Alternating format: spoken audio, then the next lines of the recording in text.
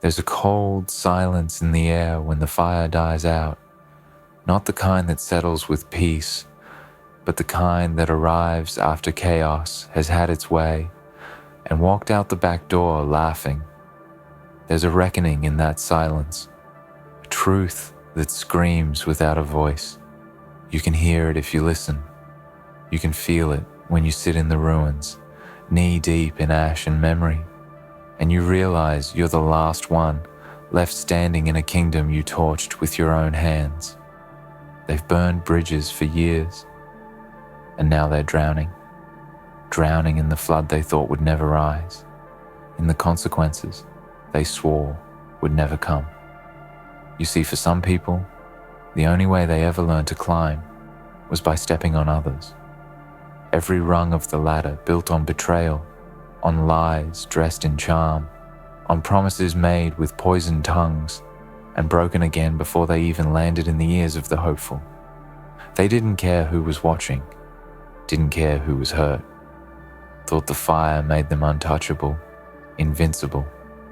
They set flames to every escape route, lit matches in every room, and laughed as the smoke curled around every opportunity they had ever been given. But fire doesn't discriminate. It consumes everything. Eventually, there's nothing left to burn but yourself.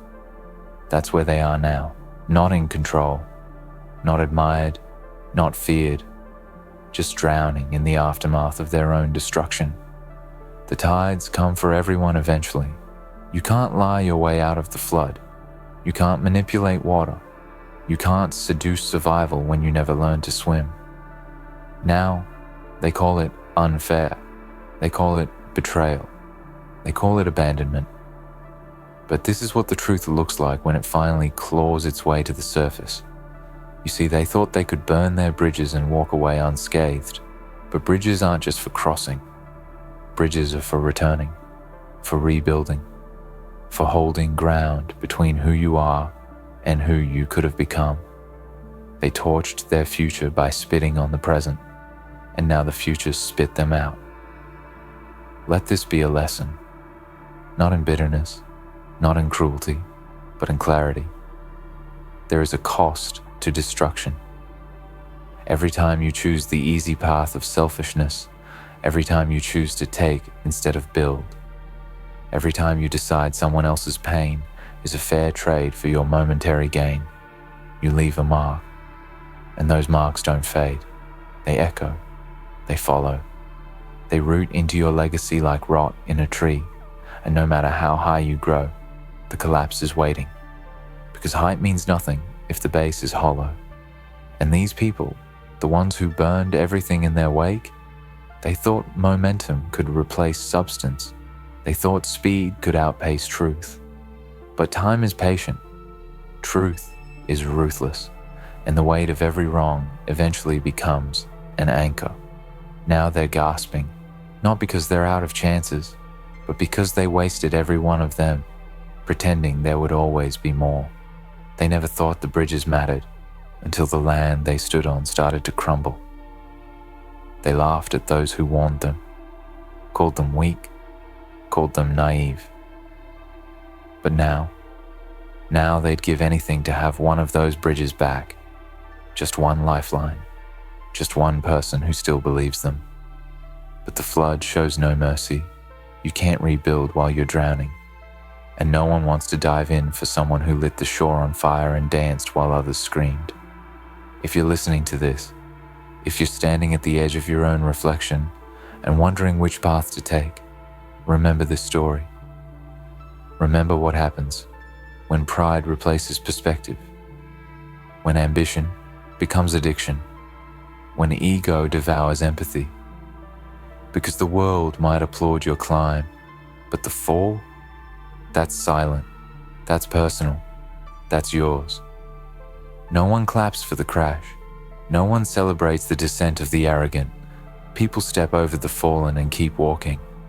The story ends, and all you're left with is the silence of being forgotten.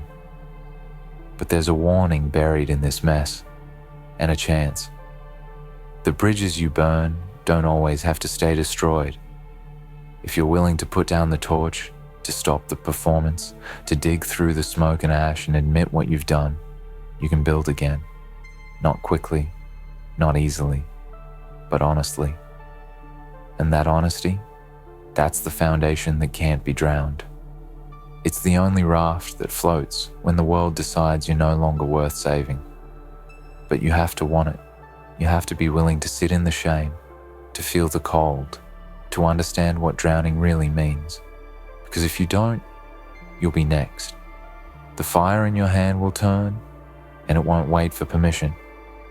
You'll find yourself surrounded by faces that once cheered, now walking away without a word, and your voice will echo in empty halls, pleading for a second chance that never arrives.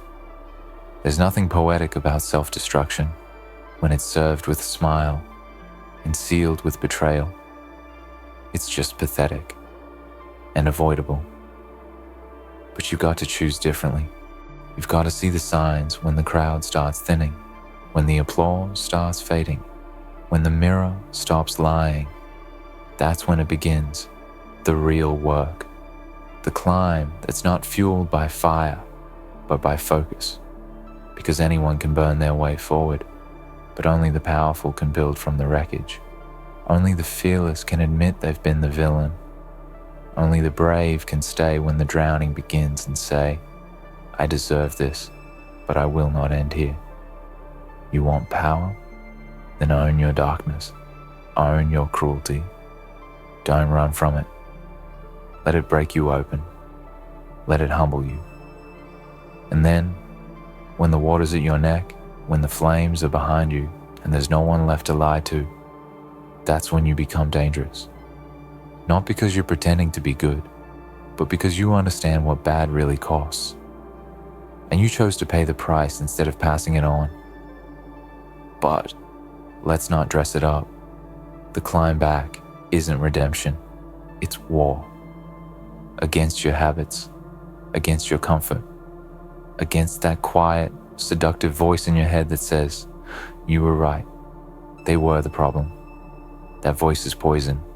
That voice wants you dead, but not quickly, slowly, silently. It wants to keep you smiling while everything around you rots. It wants to keep you numb, so you never feel the weight of what you've done until it's too late. That's what drowning feels like. It doesn't start with the gasp. It starts with the lie that you're still breathing. And by the time you realize your lungs are full of water, your screams are already muffled. That's how destruction works. Quiet, patient, polite until it kills you. They didn't learn that in time. The ones who scorched every road, who watched people fall and said they should have been stronger, who walked away from loyalty like it was a leash instead of a gift, who used kindness as currency and discarded it the second it wasn't profitable. They had all the signs, all the chances, but they wanted to play God without learning how to bleed. And now they bleed like everyone else. Now, the pain they handed out in pieces has come back in floods, and no one's coming. No cavalry, no hand from the dark. Because the truth is, no one saves the arsonist from their own fire, especially when the smoke still smells like pride. This is where your decision lives, right here. In this storm, do you burn your own bridges, or do you build something that outlasts you? Do you spit back at the world because you weren't loved the way you wanted to be? Or do you become the thing you never had? Because life doesn't owe you affection. It doesn't owe you forgiveness. It doesn't owe you a damn thing. But it offers something better, clarity. And that clarity is earned in the wreckage, in the silence, in the moments where there's no applause, no audience, just you and the brutal mirror of who you really are. And if you can look into that and not flinch, not run, not lie, then maybe, just maybe, you're worth saving. But don't mistake this for some heroic fairy tale. No one's going to write songs about your recovery. No one's going to cheer when you do the right thing quietly. That's not how the real world works. The The real world remembers the fire, not the hands that rebuild. You want peace? You'll have to build it alone. You want redemption? You'll have to earn it every day, knowing most people will never believe you changed. And here's the truth that most cowards can't handle. That's fair. You don't get to demand grace. You get to deserve it, or you don't. That's the difference between the drowned and the saved. One keeps blaming the water. The other learns to swim. This isn't about being good. It's about being better than who you were. That's it. That's the only fight that matters.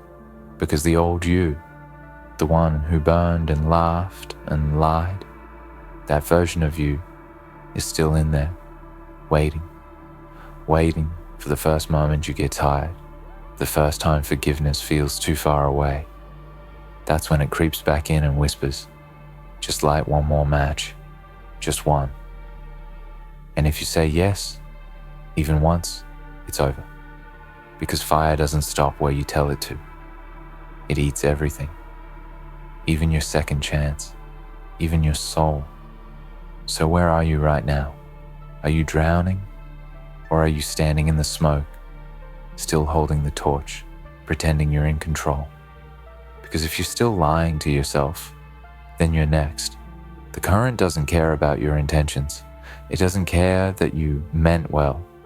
The flood doesn't check your resume. It just rises. And when it hits, your excuses don't float. They sink you faster. This is your moment, your crossroad. Not a speech, not entertainment. This is war.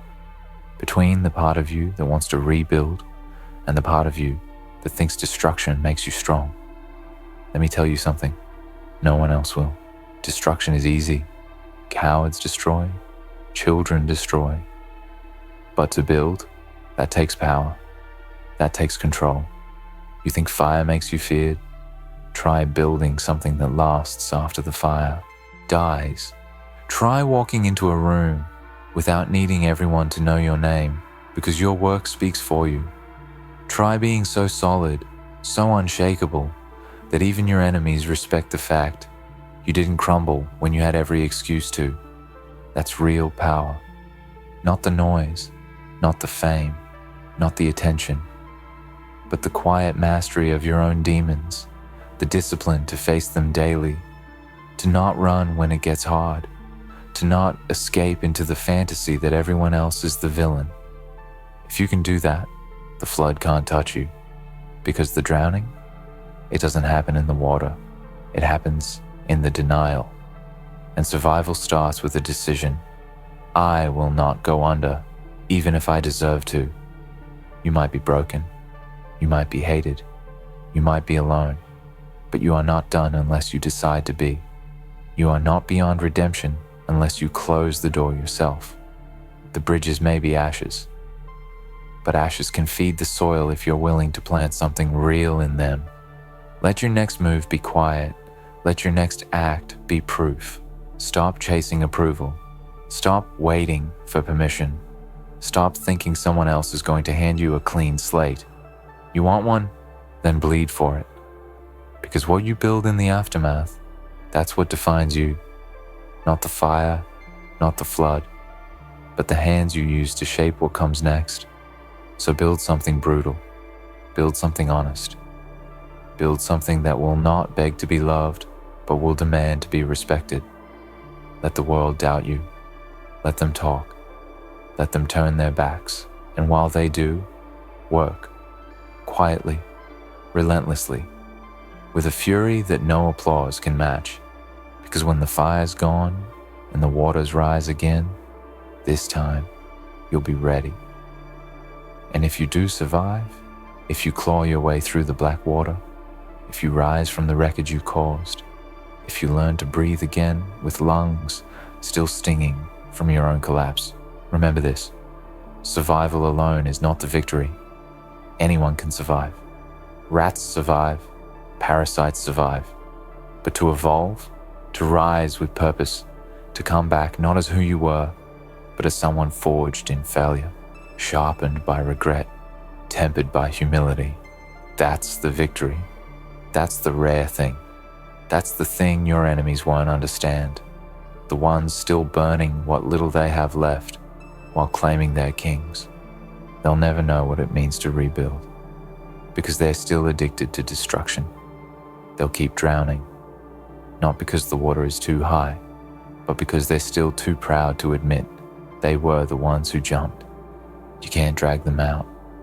Don't waste your strength trying to save people who would rather blame the river than learn to swim.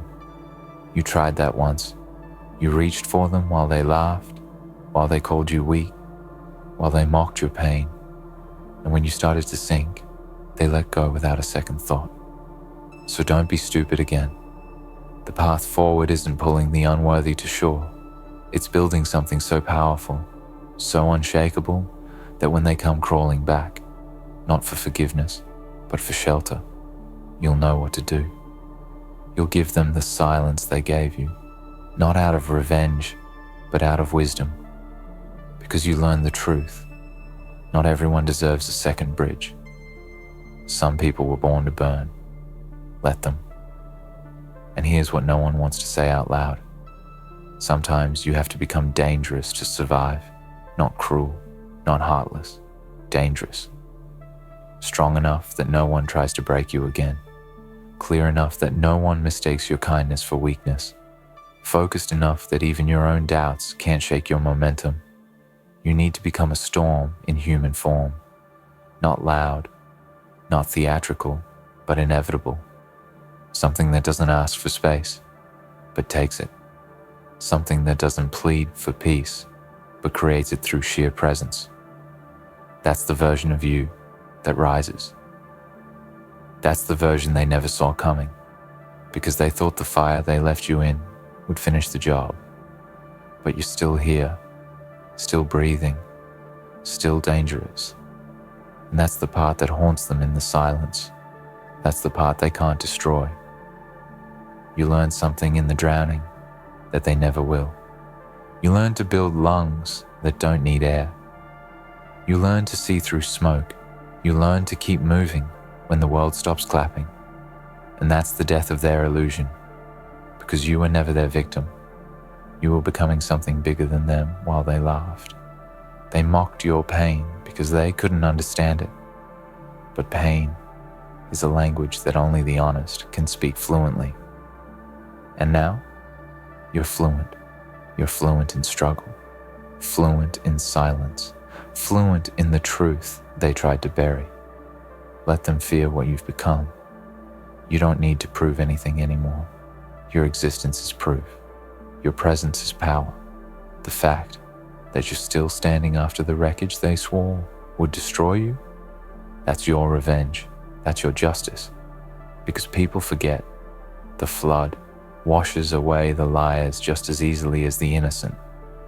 But the ones who build after the storm, those are the architects of the future.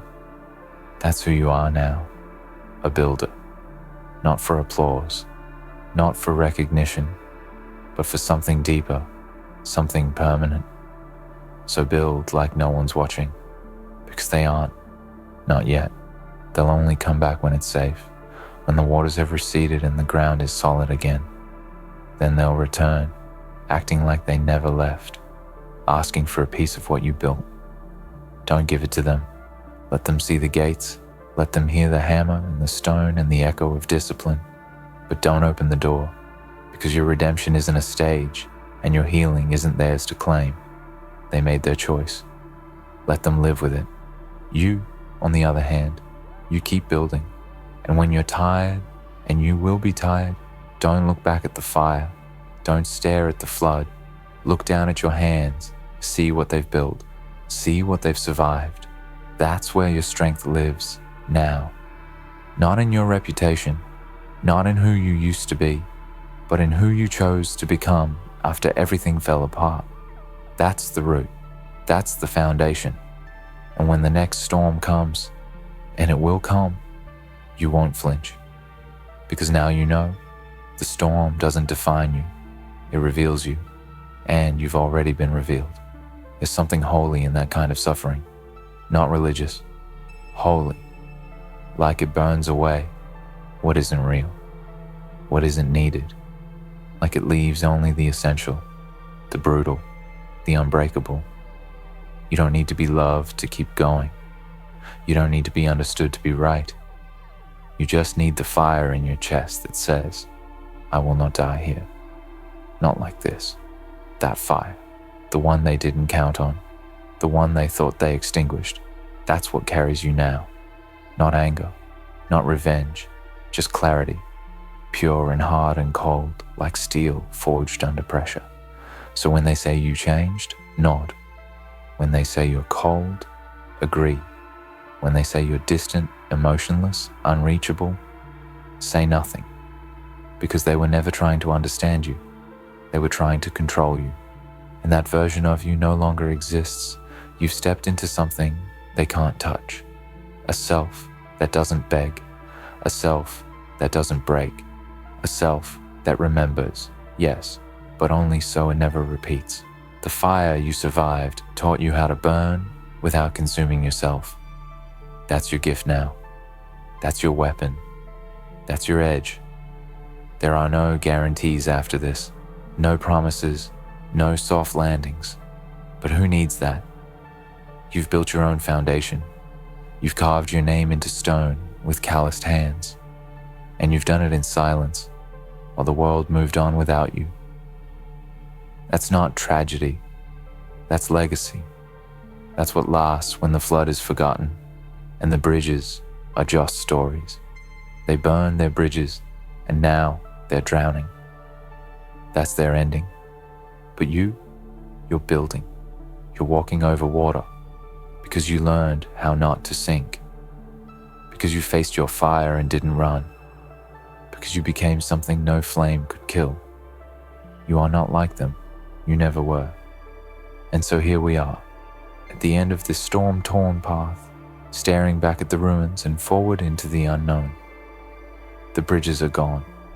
The fire has faded. The floodwaters have pulled back, leaving nothing but silence, scars, and the truth. And the truth is this. Some people spend their lives burning the very connections they needed to survive, convinced that fire makes them strong, that walking alone makes them powerful, that destruction is the mark of greatness. They confuse recklessness with courage. They confuse dominance with leadership. They confuse fear with respect. And in the end, when the smoke clears and the water rises, they discover what's left. Nothing. No one. Just them, drowning in the legacy they built with their own hands. They thought they could set fire to every bridge and never need a way back. They thought they could poison every well and still drink when they were thirsty. But now they're choking.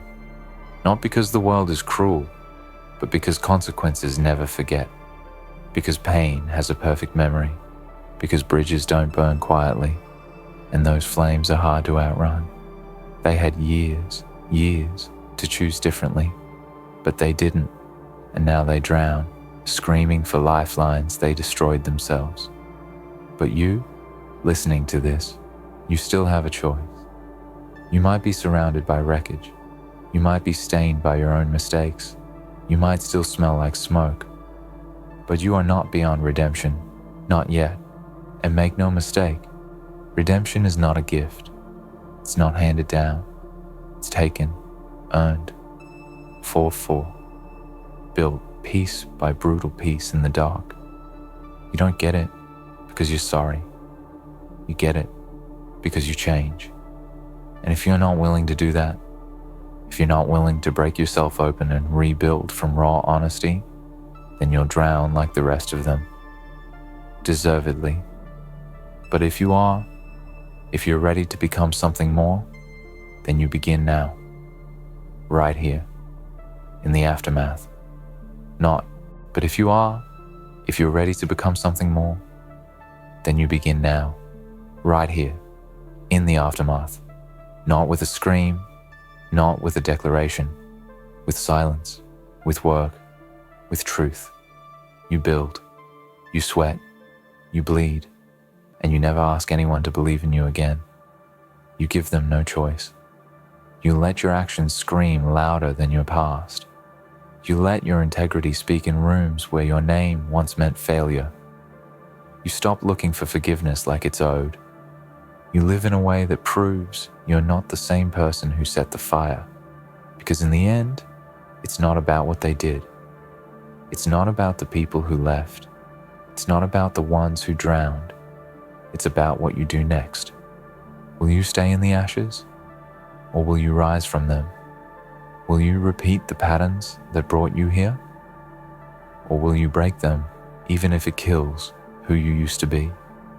That's the real work, the brutal work, the work no one applauds. But if you do it, if you finish it, you become something no fire can touch, no flood can move.